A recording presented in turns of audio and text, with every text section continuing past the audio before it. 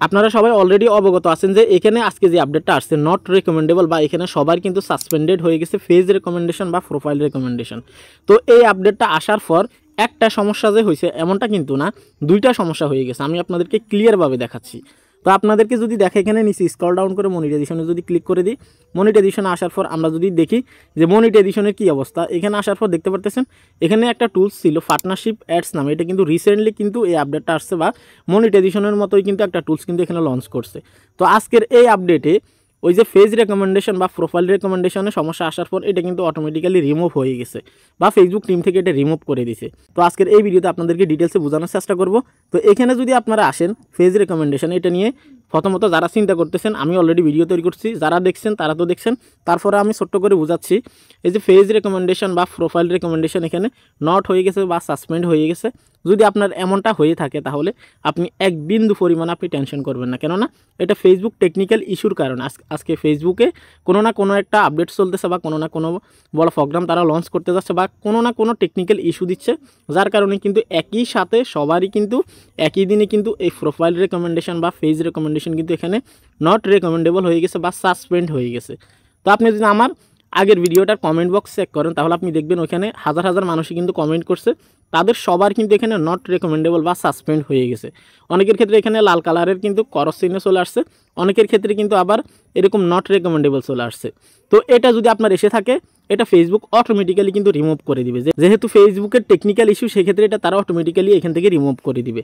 তো এটা কিন্তু দুই একজনের আসে না, সবারই আসছে, যাদের অলরেডি মনিটাইজেশন আছে তাদেরও আসছে, যাদের মনিটাইজেশন নাই তাদেরও আসছে।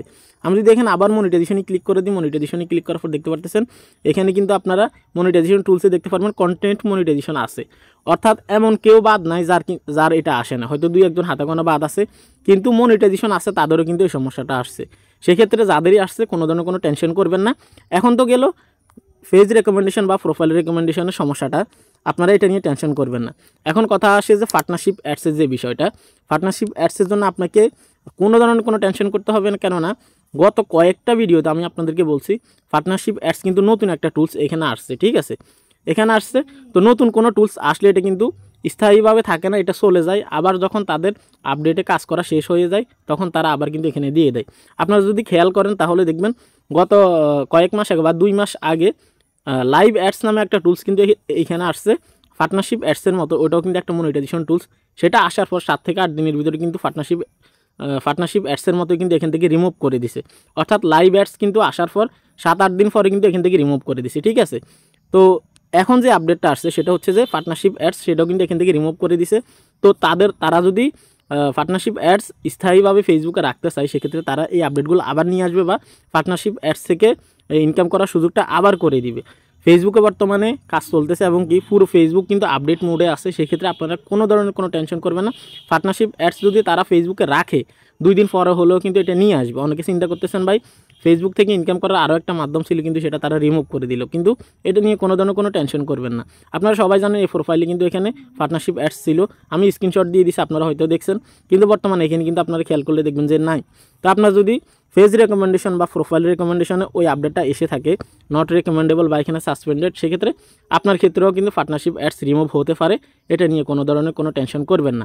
অলরেডি এটা নিয়ে আমি ভিডিও তৈরি করছি, তো পার্টনারশিপ অ্যাডস নিয়ে কোনো ভিডিও ছিল না, সেজন্য কিন্তু আজকের এই ভিডিওটি। সো আমি আপনাদেরকে বলবো ফেসবুকে যদি কাজ করতে চান কোনো আপডেট আসলে হতাশ হওয়া যাবে না, কয়েক ঘন্টার ভিতরে ঠিক হতে পারে, 2-1 দিন পরেও ঠিক হতে পারে। তাদের টেকনিক্যাল ইস্যু তারা যখন বুঝতে পারবে যে কোনো ইস্যু দেখাচ্ছে ফেসবুক প্ল্যাটফর্মে, তখন তারা এটা অটোমেটিক্যালি ঠিক করে দিবে, ঠিক আছে। এই ছিল আপডেট।